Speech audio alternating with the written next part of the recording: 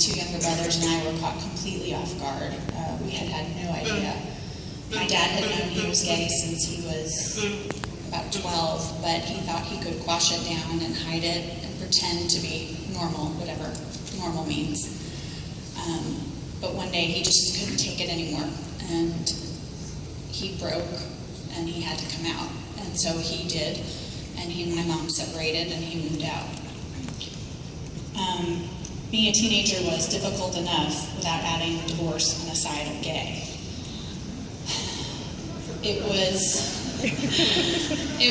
hard enough trying to figure out who I was and what I was going to do with my life, where I was heading, and I sort of fell into crisis mode.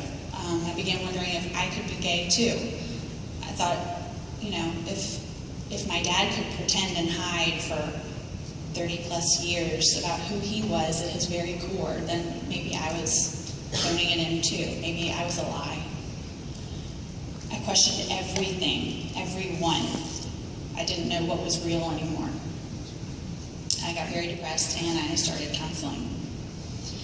As an avid reader, I went to Walden Books at Lakeside Mall, for those of you who are natives, and the saleswoman handed me a copy of Heather Has Two Mommies, which, if you're not familiar with it, it's sort of a board book for little ones, mostly geared towards those who have grown up with same-sex parents. And so it was definitely not something that was going to help me in my situation. And I vowed that day that I would change that, and that I would make sure that no other kid would have to go through that again. I feel so alone. Fast forward, my dad married his husband, Corey, in 2001 in Stowe, Vermont. I was one of his best men. And I married my own husband 2 months later, the same year. I began blogging in 2007 as a stay-at-home mom who needed an outlet desperately. And I didn't hold anything back. I was very open about my life and my dad and my family. I was writing for the site Aiming Low, and I met Jared and stumbled upon a post he wrote about his dad who had died of AIDS. And I remember being glued to my computer screen, just tears streaming down my face and my jaw falling to the floor, and I couldn't believe finally I was finding someone who had been through what I had been through and could understand. And I took a leap, and I reached out to him, and I sent him an email, and he reached back. We started emailing, and before I knew it, we were talking on the phone, and it turned out he knew another someone who had a gay dad. And then once the three of us started talking, we couldn't stop. We were onto something.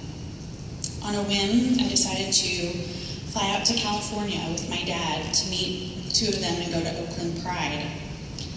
That summer weekend in 2012, we began capturing our first preliminary footage of ourselves and our dads talking about what life had been like. From that weekend, our first rudimentary trailer was born, and we used it to launch a crowdfunding campaign in order to really begin filming our documentary. It will focus on several families like ours. We have a collective voice, and it needs to be heard. We went to San Francisco Pride last summer